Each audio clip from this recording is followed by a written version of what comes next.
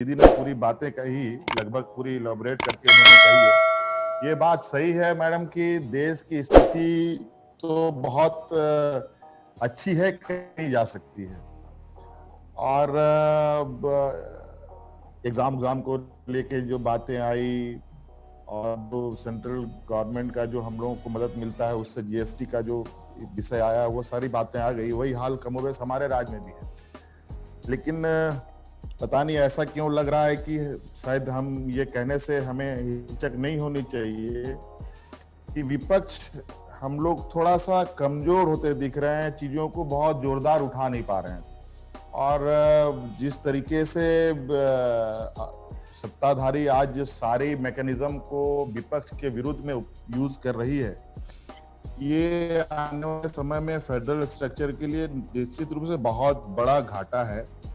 और आपने देखा किस तरीके से ये कोविड के सिचुएशन में भी इतने जो माइग्रेंट लेबर आए, उनको राज्य में आने के बाद लगभग 7 वीक्स इनको लगा कि मजदूरों को बहुत परेशानी हुई।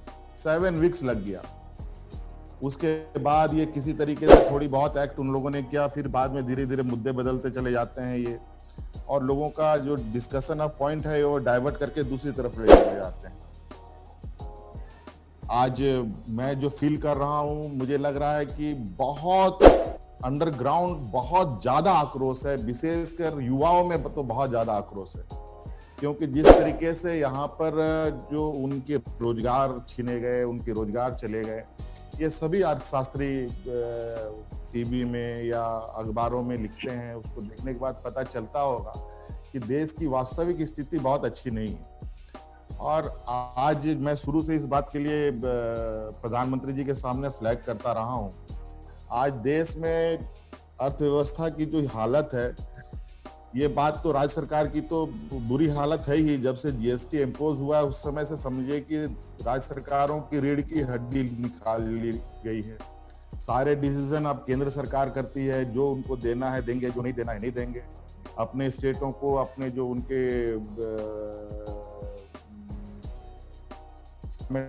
एसोसिएट जो स्टेट्स हैं उनको पॉजिटिव वे में देखते हैं। जो हम अपोजिशन में हैं वो कहीं ना कहीं इसमें पार्शलिटी तो बिल्कुल क्लियर दिखता है।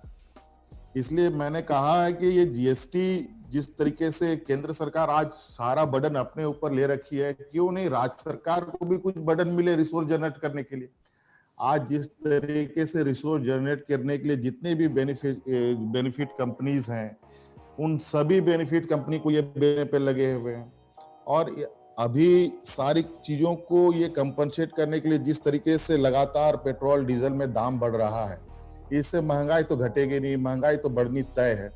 और ये कब तक कंपनसेट करके गरीबों के ऊपर, मजदूरों के ऊपर, आम जनों के ऊपर ये बोझ डालेंगे, ये समझ से परे है। जब इंटरनेशनल मार्केट में क्रूड ऑयल की कीमत इतनी बुरी तरीके से गिरी हुई है, तो आज हम देश के लोगों को इतने महंगे पेट्रोल डीजल क्यों दे रहे हैं? इसका मतलब स्पष्ट है, ये कहीं ना कहीं इन लोगों का एक अपना स्ट्रेटेजिकली मूव है, जिससे ये एक रिसोर्स जनरेट राज्य के लिए नहीं, देश के लिए नहीं, बल्कि अपने कुछ जो इनके कथाकथित लोग हैं उनके बैलेंस शीट को सुधारने में लगे हुए हैं। जो मुझे जानकारी है, पता नहीं सही है कि गलत है, जो नमामि गंगे का जो सफाई अभियान चला, 6-7 हजार करोड़ का जो डिसिल्टिंग हुआ, उसमें तो अदानी ग्रुप्स ने ही किया। आज वो तो कोई पता भी नहीं कर पाएगा कि वो पैसा गया कहाँ। अब उसकी कोई जांच भी नहीं हो सकती है। इस तरीके से आज जो भी देश के अंदर लोग अगर थोड़ी बहुत कुछ एक्टिविटीज कर रहे हैं, वो तो मनरेगा में कर रहे हैं। हमारे राज्य में तो मनरेगा को हमने बहुत जबरदस्त एक्सप्लोर कर रखा है, लेकिन उसके अंदर भी जो कुछ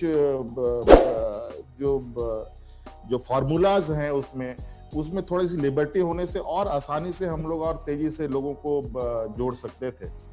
लेकिन जो पेमेंट का शेड्यूल है, जॉब जो उसमें सेलेक्ट करने का इशू है, वो सब राज्य सरकारों को कम से कम फ्री हैंड देना चाहिए कि आप लोग इस तरीके से काम कीजिए, कुछ एक बना करके हम लोग उस तरीके से सेलेक्ट कर पाए। और इस तरीके से तो कई चीजें हैं जो बोलने के लिए है भारत, जबकि सेंट्रल गवर्नमेंट ने खुद इस बात को कहा है कि हमारी कमिटमेंट है जीएसटी लगने के बाद हम आपको सर्टेन पीरियड तक कंपनसेशन देने की। और अभी मुझे लगता है अब चूंकि ये कोविड कोरोना का जो संक्रमण आया, इससे तो हम लोग को लगता है जो कंपनसेशन पीरियड था, ये पीरियड को भी बढ़ाना चाहिए, कंपनसेशन भी बढ़ना चाहिए और पीरियड्स को भी बढ़ाना चाहिए, क्योंकि हमारे पास तो ऐसे ही रिसोर्स नहीं है। अभी तो बहुत मुश्किल से हमारे जितने भी कोल ब्लॉक्स हैं, आयरन ब्लॉक्स हैं, सबको बेचने पर ये लगे हुए थे, ऑप्शन करने पे लगे हुए थे। ये तो मैं सुप्रीम कोर्ट में जाकर के इन चीजों को मैंने रोका है। और उस पर मैं हम लोग होमवर्क भी कर रहे हैं कि हम अपने रिसोर्स को अपने राज्य के बेनिफिट के लिए कितना यूज कर पाए, रिसोर्स जनरेट कर पाए, ताकि सेंट्रल गवर्नमेंट के लिए हर एक रुपया के लिए हम मोहताज ना हो। ये हमारा वर्क प्लान में है।